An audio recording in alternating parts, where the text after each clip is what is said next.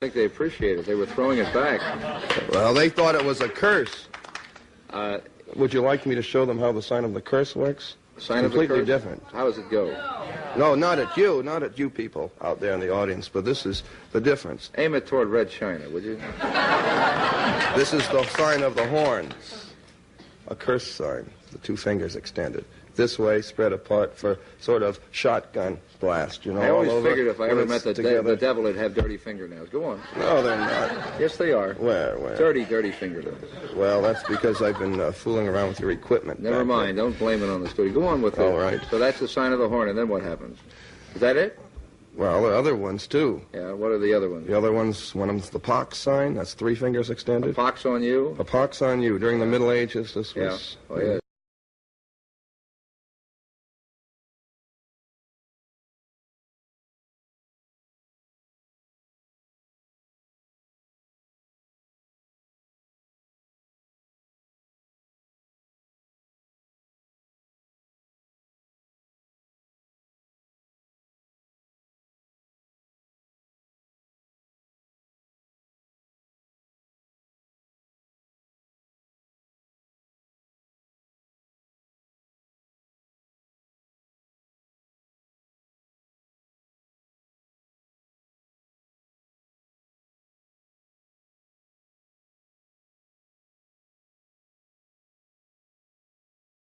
And like I found myself emailing him the other day about something that I wanted him to do for me, and I was like, when I just thought about it, I was like, that's so selfish, because it's like,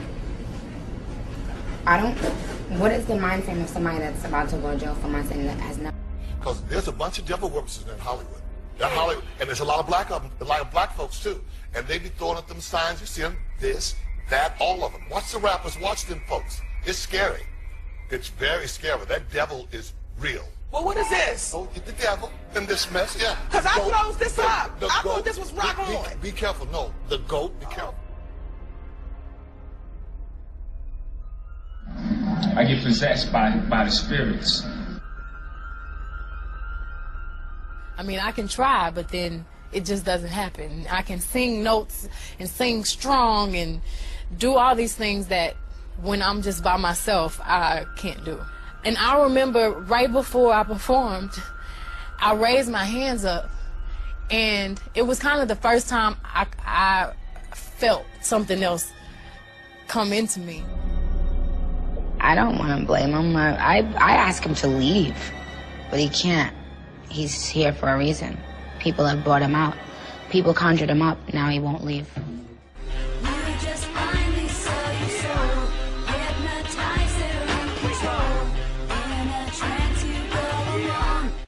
Why is your hand over your eyes? Because I'm a devil worshiper. We're talking It's a little bit off subject, but the same kind of principle. I heard that, and I won't mention his name, but it was a big leader and founder of a huge satanic organization. And he was on his deathbed, and for a Satanist at the time of death, it's a great victory for them, because death is a huge thing that they celebrate. And he was getting ready to die and pass on his powers and that. And on his deathbed, he must have got some revelation or an angelic appearance or something, and he went into shock and he said, "Oh my. Oh my, what have I done?" He said, "There's something very wrong. There's something very wrong. There's something very wrong." Wow. And his whole life had been spent. Gospel record when I was 15, because I grew up in a household where all I ever did was listen to gospel music, and my parents are both traveling ministers, and so I kind of sang about what was going on in my life at 15, and that's how I got introduced to the music industry. I swear I wanted to be like the Amy Grant of music. Yeah. But it didn't work out, and so I sold my soul to the devil. Let's be honest. I like to have fun, but also, before Jersey Shore, no one believes this when I say it, but I was a freaking, shy girl. I was very shy. That's funny that I say it now, but I was really shy. I was scared to even, go to the doctors. So, anywho, So yeah, I was going to school to be a vet tech, and I was into my studies, getting good grades, and you know what screwed it all up was this one guy. He broke my heart, and I was like, cool, thanks. I was like, now I have to do something pretty ridiculous and insane with my life, so why not sell my soul and go on Jersey Shore? That's what I did. And you know what? It's been awesome. She's going to be mad at you. Well, also my book is that, you know, and I wanted to thank you because you let me come on your show and sing. And that was, you know, a lot of my book is about my wanting to sing ever since I was a little girl, and my family lied to me and told me that I was better than Shirley Temple, and I believed them. See, that, you're not helping a kid when you do that. No, and I totally believed them and everything. And then when I was 6, all of a sudden, you know, I was a happy. They started to, like, tell my younger cousin that she was... she was the real singer? Yeah, and it, like, really upset me, so I, like, summoned Satan, and I write about how I made it... Where do you summon Satan? It's in the chapter called Eat, Pray, Love, Conjure Satan. And when I was 12 years old, I signed a deal with Satan in my room, and I was to... CBS doesn't condone this. Wait a minute. Because I wanted to get famous no matter what, and, you know, then I forgot that I had this deal with Satan and everything, and then I got really famous. And then one day I, like, had this tragic singing accident at the... yes, I remember that, yeah. And I realized then that Satan was coming for my soul. So, yeah, he wanted me to pay up, so... About that, and how at the end I invite Satan to dinner at Spago. And you should... He's there most nights, but you should... But wait, and I asked him to, you know, give me a refinance on my soul thing. And so that works out. It has a happy ending. Oh, that's... So you and Satan are good then? Yeah, Satan, I have to say it's really cool because I totally... Satan is not true! You can't say that on CBS! I didn't say that. I said I lure him in, see? Oh, and then you have a fiddle competition. That's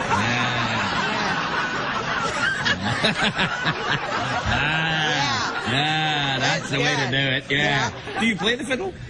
No. Any musical instrument?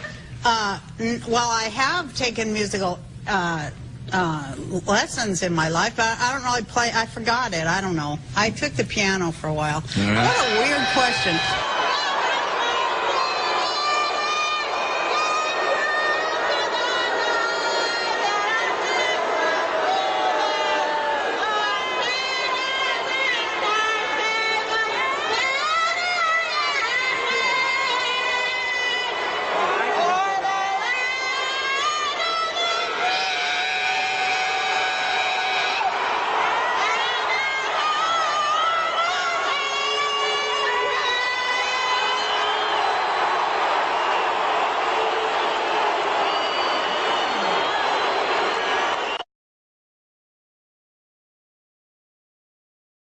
In that chair, we talked about Blue Streak. I love that dude. He played a role in your life, I believe. How do you feel about him as a person, as an artist? Martin Lawrence is the guy that showed everybody you can make it from D.C. to Hollywood. And I had a personal stake in his success. Every time he did something, it made me feel inspired and really good. And he was always real nice to me. He'd sit me down, what's going on with you, baby boy? What? We'd talk about comedy, whatever. And, you know, when we did Blue Streak, we were promoting it, and Martin had a stroke. He almost died. And then after that, I saw him, and I was like, oh, my God, Martin, are you okay? And he said, I got the best sleep I ever got in my life. That's how tough he is. So let me ask you this. What is happening in Hollywood that a guy that tough will be on the street waving a gun, screaming, they are trying to kill me? Yeah. What's going on? Why is Dave Chappelle going to Africa? Why does Mariah Carey make a $100 million deal and take her clothes off on TRL? A weak person cannot get to sit here and talk to you. Ain't no weak people talking to you. So what is happening in Hollywood? Nobody knows. The worst thing to call somebody is crazy, is dismissive. I don't understand this person, so they're crazy. That's bullshit. These people are not crazy. They're strong people. Maybe the environment is a little sick.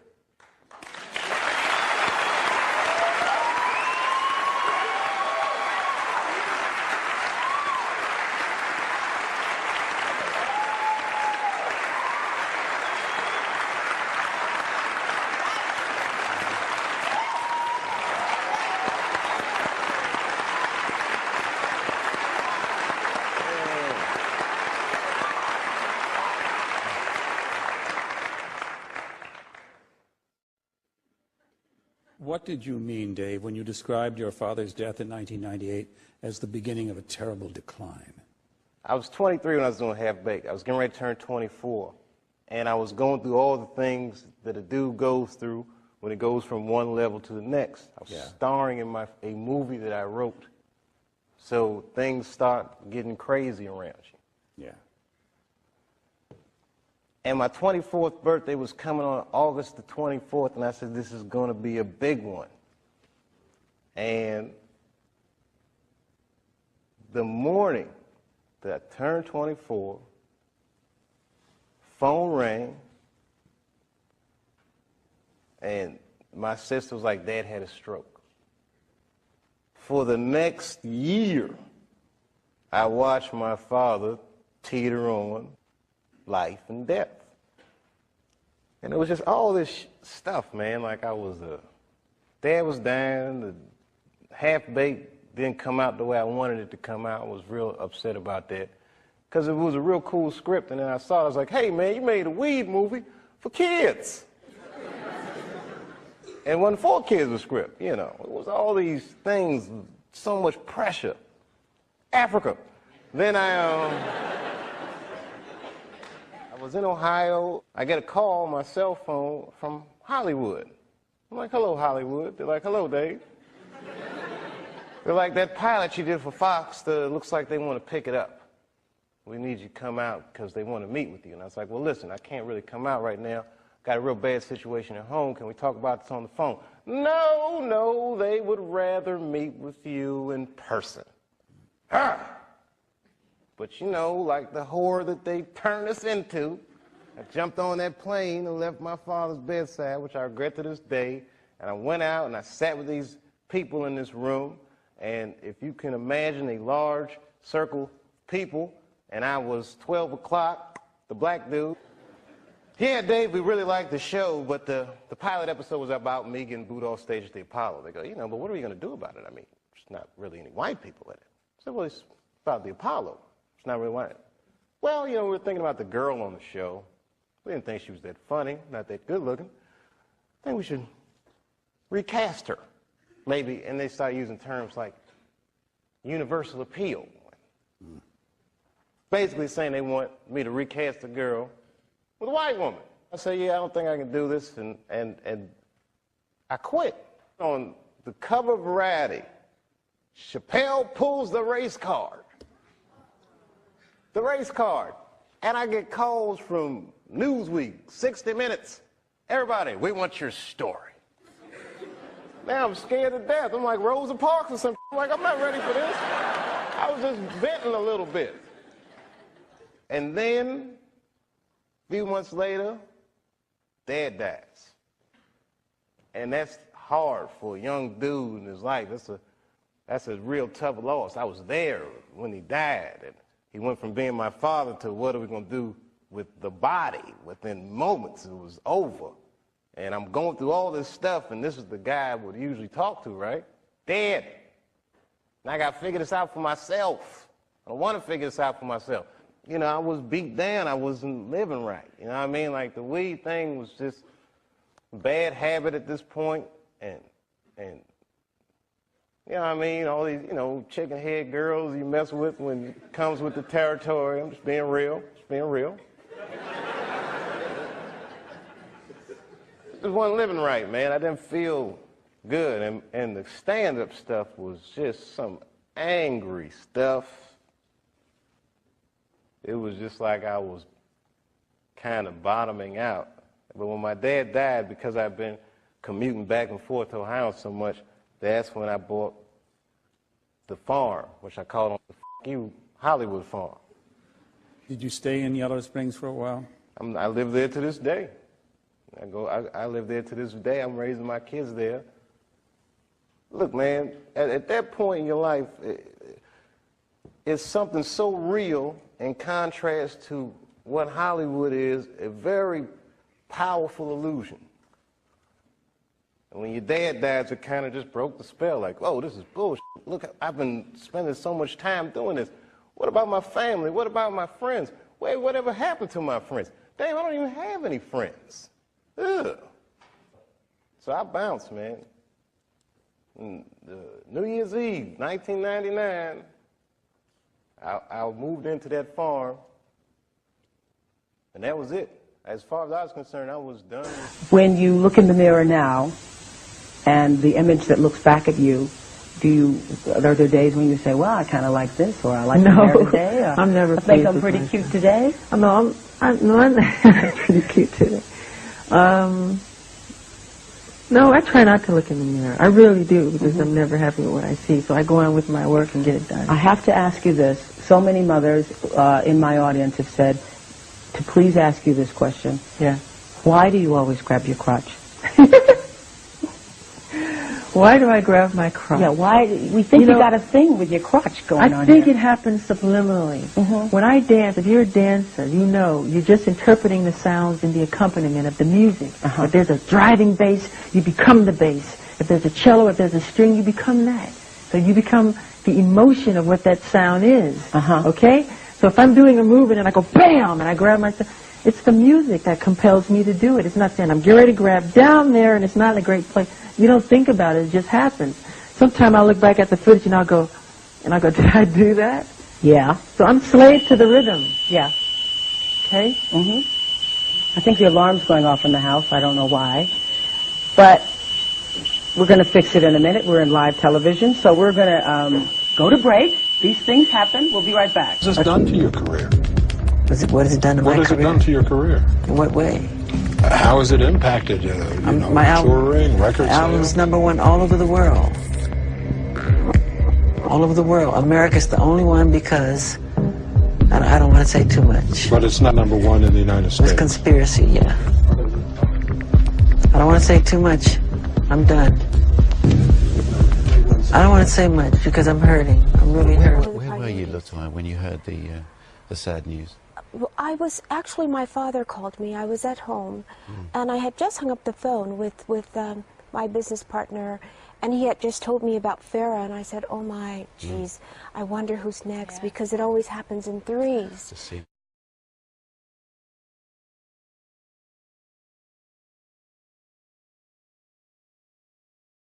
People controlled him. They controlled him, they did what they wanted, and it was very difficult for him to say no, no, no.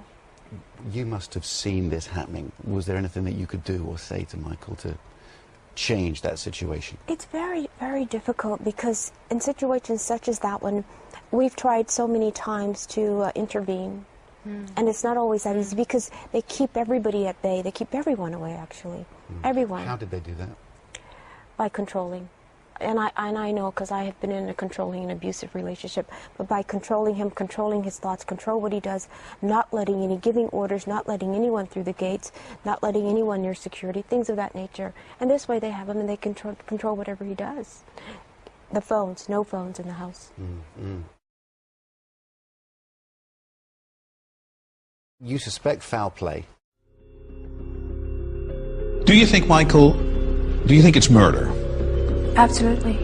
Absolutely. I said it in the beginning, and I believe it to this day. You must remember, Michael told me repeatedly that they were going to kill him, that he was going to die. And who did it? It created so much joy for the world. And the system, meaning the record companies, totally took advantage of it. But this is very important, what we're fighting for. Because I'm tired, I'm really, really tired of the manipulation. I'm tired of how the press is manipulating everything that's been happening in this situation. They do not tell the truth, they're liars.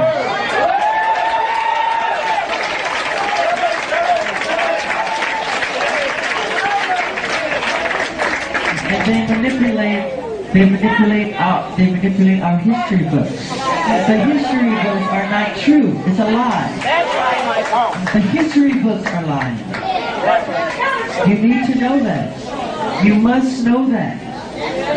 All the forms of popular music, from jazz to hip hop to bebop to soul You know, to you talk about the different dances, from the cakewalk to the jitterbug to the Charleston to break dancing. All these are forms of black dancing.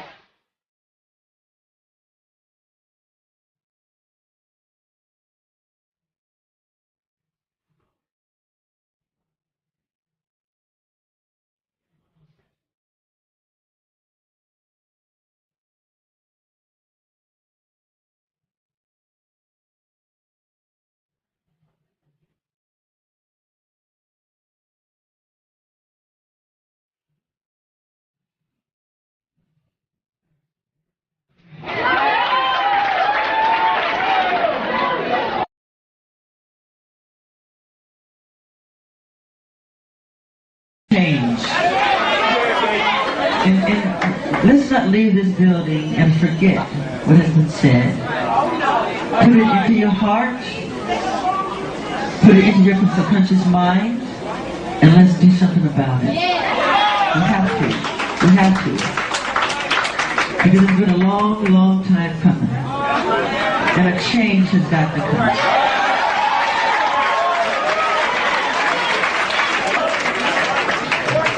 So let's hold our torches high and get the respect that we deserve.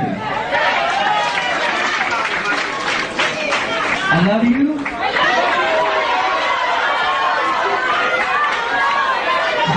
I love you.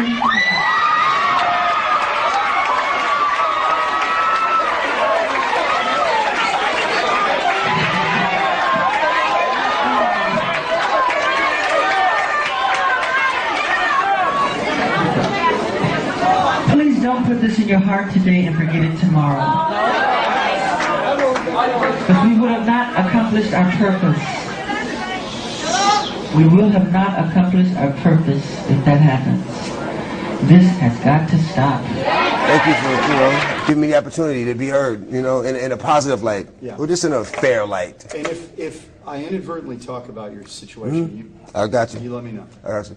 I first came to Arizona, man, and I remember one day coming from the studio at 6 o'clock in the morning and pulling over on the highway. We like 4 cars, just to watch the sunrise. And it was at that point that I fell in love with Arizona. I said, you know what, this has to be God's country. Because I'd never seen anything as beautiful as that sunrise. Then I met the devil. Nonstop News at 10 continues. Big Brother is watching. There's a nationwide push to start tracking where children are during school hours. They would basically be microchipped, kind of like a pet. ABC4 News wanted to know what parents in Utah think about the possible tracking system. The night team's Kimberly Nelson joins us now live in Salt Lake City. Kimberly, what are they saying? Well, they're not excited about it, and here's the deal. Students who play hooky cost school districts money. So to recoup some of that money, they're taking those drastic steps, as you just mentioned. But parents we spoke with are outraged about what this could mean for our future. You may use it to get into secured buildings. And it's already embedded into most of your credit cards, being scanned every time you swipe. The technology is known as Radio Frequency Identification System, and it's soon going to be used at some schools across the country to track students' whereabouts. Excuse me? They want to microchip my children? Like I do with my dog and my cat? We have before us the opportunity to forge for ourselves and for future generations a new world order, a world where the rule of law, not the law of the jungle, governs the conduct of nations. When we are successful, and we will be, we have a real chance at this new world order, an order in which a credible United Nations can use its peacekeeping role to fulfill the promise and vision of the UN's founders. Come back. We don't want your new world order, Leave Chile right now. Leave Chile. You are not... You're killing a lot of people! You're killing a lot of people! Leave here! Leave Chile right now! Leave Chile! Leave Chile! We don't want your world government! Leave Chile right now! Leave Chile, okay? Leave Chile! Your family is the most disgusting in the world, Leave here! Leave! You also, you're a traitor to Chile! Mr. Agustin Edwards, you're a traitor to Chile, okay? You're a traitor to Chile! What you're doing right now, okay? Okay? Okay? You know everything. everything. You know everything. You're participating with him. You're participating with him in this. Your world government will fail, okay? It will fail! Your world government will fail! Will fail! Will fail! You know it! Leave Chile right now! We don't want you here! We don't want your disgusting thing here! Leave Chile now! I was wondering why I never heard about all these Supreme Court decisions in the media. So I really wanted the IRS's point of view, because to get the true story, it was imperative I hear both sides. I kept wishing Anthony Burke would call me back. He seemed like an honest man. I then proceeded to call my message machine. Hi, this message is for Aaron Russo. This is Anthony Burke at the Internal Revenue Service. Let me suggest some people that you might want to think about talking to. One would be Don Alexander, who's a former commissioner who's here in town in Washington. Another would be Sheldon Cohen, who is both a former commissioner and former chief counsel. All those guys, I think, can answer your question about, where in the tax law it says that you have to pay taxes. Wow, good news, I thought. So I called Sheldon Cohen because he used to be the IRS commissioner. He wrote the tax code, and he was also general counsel to the IRS. He is a true expert, and I couldn't find a better person to answer my questions. He graciously agreed to my interview. The reason I'm doing this documentary is because there are many people in America today who believe that there's no law that requires them to pay an income tax or file a 1040. And there are many people going to jail for it, fighting over it. The Internal Revenue Code is authorized by the 16th Amendment. I think it should be clarified. I think government should be transparent to the people. Why doesn't the IRS commissioner sit down with them and just explain it in clear English? Why? I don't think they really care. They don't think. I think they're just playing word games. You don't think they're sincere people? No, I don't think they're sincere people. What does voluntary compliance mean? And why does the IRS code say it's voluntary to comply, not mandatory? That's a word euphemism we use. We use voluntary compliance when we talk about traffic signals. Most people, at 2 o'clock in the morning, do you stop at a red light? Yeah. Is there a cop there?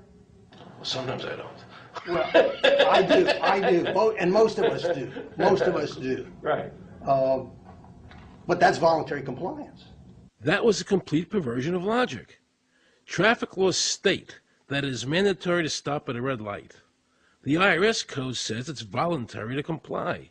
Mandatory and voluntary are the complete opposite of each other. Yet he wants us to believe that they mean the same thing.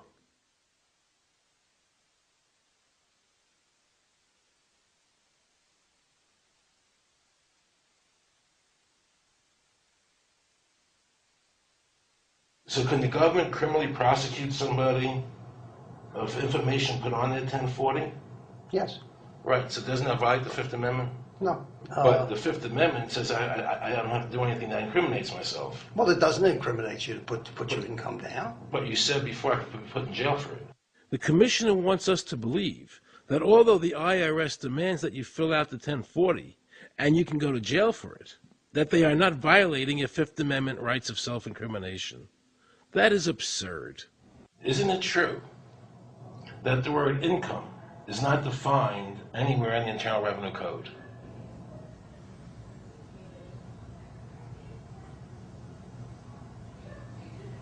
The law says that the government has a right to tax income from any source derived. So, but the word income is not defined in the code. It just says income without a definition That's right. of what income is. That's right. Correct? Yeah. But there are many different kinds of taxes. Well, how can an American citizen know what income is if the code doesn't define it? If they're paying an income Because tax... the courts have all defined it. Do you remember what constitutional attorney Edwin Vieira said? The definition of income in the Constitution was given in the Eisner versus Macomber case, and it turns on gains or profits that are made from some activity. So the Supreme Court has ruled income is not wages, it's not labor, it's gain from corporate activity. I believe that a man's labor is his private property. That's your view, but it's not the law. The Supreme Court's even said your labor is your private property. When I go to work for somebody, it's a trade. It's an even exchange. I do some work, you give me some money.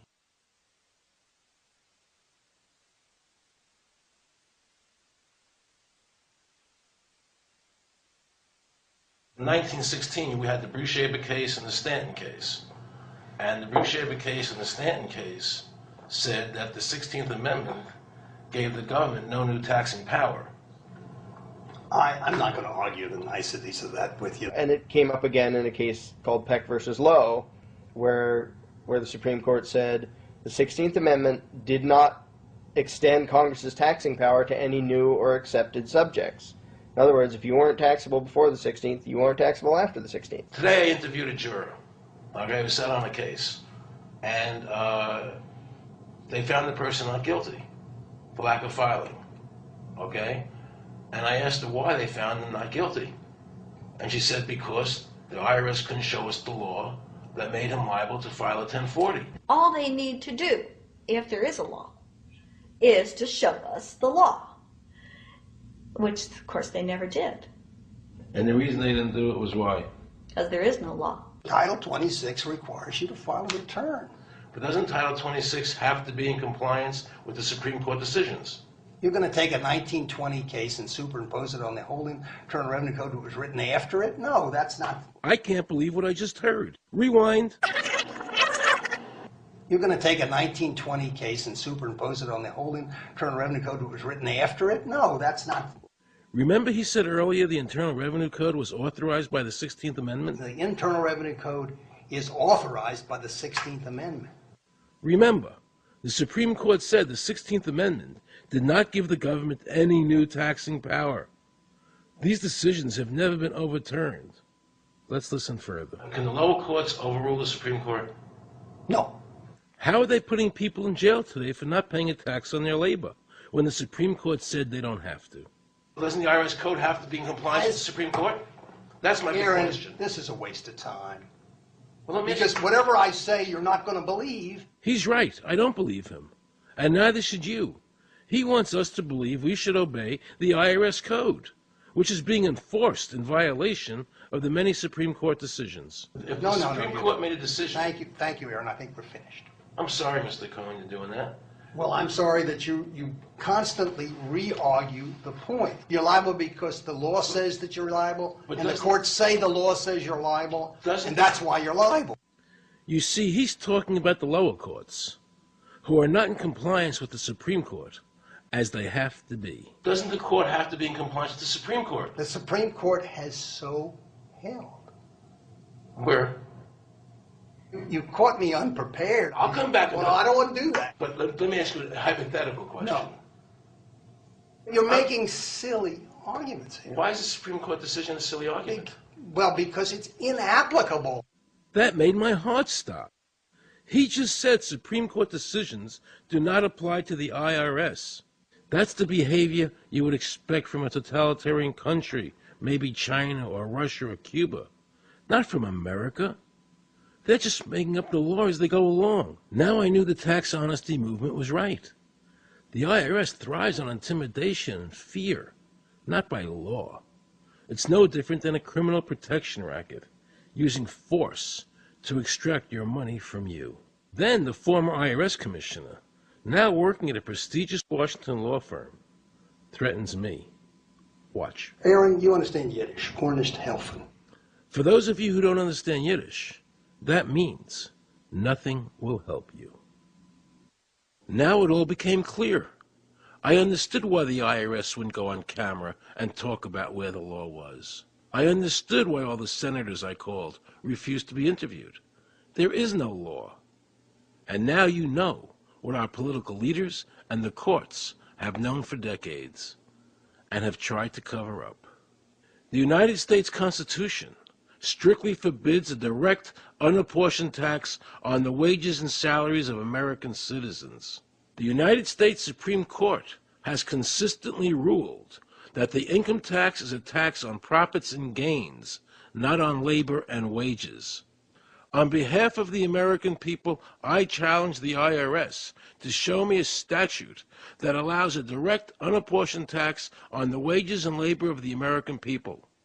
And if I'm wrong, I will give my most humble apologies to the IRS. If the IRS is wrong, and there is no law, then every person who's been jailed should be let out of jail immediately, and any assets seized should be returned to their rightful owners. If this is a nation of laws and a free country, then the IRS should show the law to the American people. I thank the gentleman. I rise in opposition of this bill, but I would like to clarify something. We're not trying to scare kids. This president's foreign policy is what's scaring the kids of this country. And that people have said today, why are people believing this? Why are people believing this big internet hoax? Well, it's the same people that told us Saddam Hussein had something to do with 9/11.